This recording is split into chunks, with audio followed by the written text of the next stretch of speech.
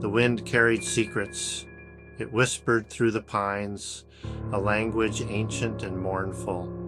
This was a place of shadows where the sun struggled to pierce the dense canopy. Twisted branches, gnarled like arthritic fingers, clawed at the edges of the path. They seemed to warn, to push back the unwary. Few dared to venture into this part of the reservation. Stories, whispered around flickering fires, spoke of spirits and guardians. They were tales meant to frighten children, to keep them away from the sacred ground. But like all stories born of fear, they held a kernel of truth. You sure about this, Jake? Lisa's voice was barely a murmur, her hand gripping my arm. Her eyes, wide and uncertain, scanned the woods around us. I tried to sound confident, to ignore the tremor in my own chest. Relax, it's just a hike. Besides, I pointed to the barely there trail. See? People come here all the time. The lie felt heavy on my tongue, but I pushed it down. We'd come too far to turn back now. The lure of the forbidden, the thrill of trespassing on sacred ground, had clouded my judgment. A flash of movement caught my eye. Something small darting behind a tree trunk.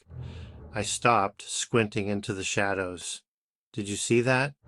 Lisa, her face pale, nodded. What was it?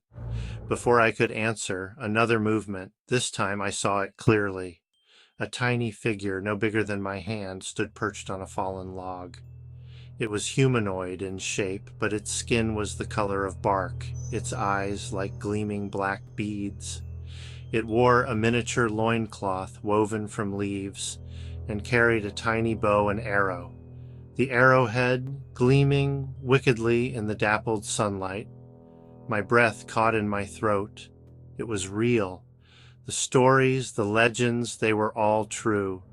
We had stumbled into the domain of the little people, the fierce guardians of this sacred land, and they were not happy. A high-pitched war cry, chilling in its intensity, pierced the silence. From the shadows, more figures emerged, dozens of them, maybe even hundreds, their eyes burning with an eerie light. They fanned out, surrounding us, their tiny bows drawn taut. Terror, cold and sharp, cut through me. These weren't cute little creatures from a children's story. They were warriors, protectors of this sacred ground, and we were intruders.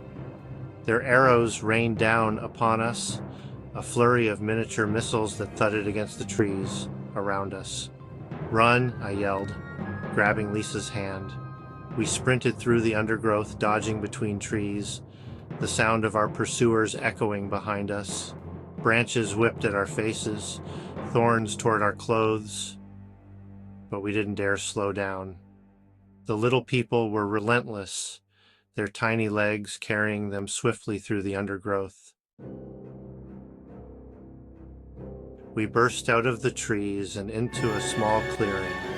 In the center stood a towering oak, its branches reaching towards the sky like gnarled arms. We had nowhere left to run. The little people gathered at the edge of the clearing, their numbers seemingly doubled. They formed a silent circle around us, their tiny faces grim, their weapons at the ready.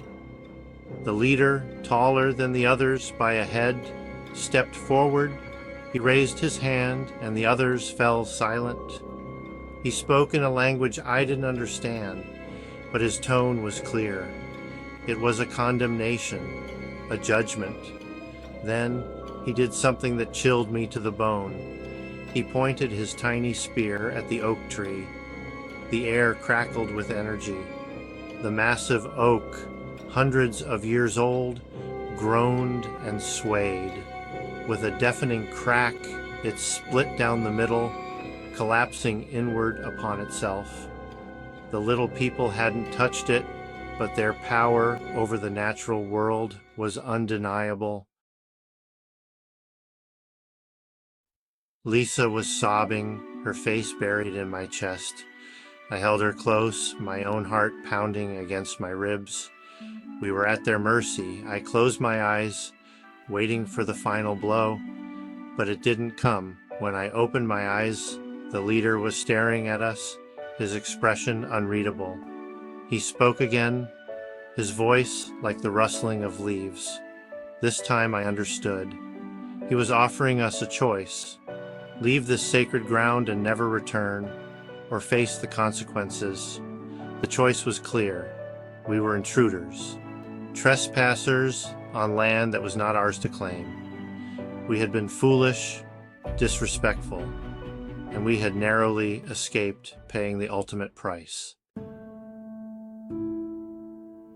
With our heads bowed in shame, we turned and walked away. The little people watched us go, their silence more deafening than any war cry. The forest seemed to press in around us, the air heavy with judgment. Every rustle of leaves, every snap of a twig sent shivers down my spine. We didn't speak as we retraced our steps. The path, once so inviting, now seemed treacherous. The sun, a pale ghost behind the trees, offered no warmth.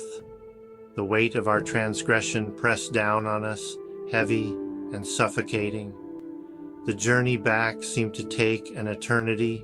Each step was an effort, my legs heavy with exhaustion and fear. The forest, once a place of wonder, was now a place of dread. The wind, whispering through the trees, seemed to mock our folly. We finally stumbled out of the woods, blinking in the harsh sunlight. The world beyond the trees seemed alien, unreal. The sounds of civilization, the distant hum of traffic grated on our ears.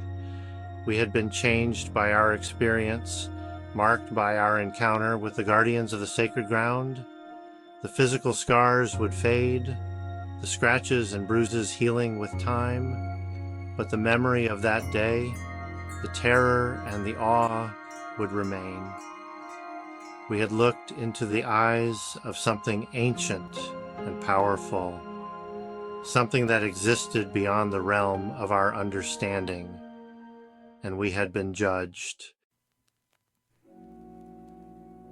The wind still carries secrets. It still whispers through the pines, a language ancient and mournful. But now I listen, I understand. The stories, the legends, they are more than just tales to frighten children. They are a warning, a reminder of the power that resides in the places we deem forbidden. We have learned our lesson, Lisa and I. We have learned the hard way that there are some places where we do not belong, some lines we should not cross. We carry the scars, both physical and emotional, as a reminder of our transgression. The sacred grounds remain, protected by their tiny guardians. They stand as a testament to the enduring power of belief, and we, the trespassers, are left to grapple with the consequences of our actions, forever changed by our encounter with the unseen world.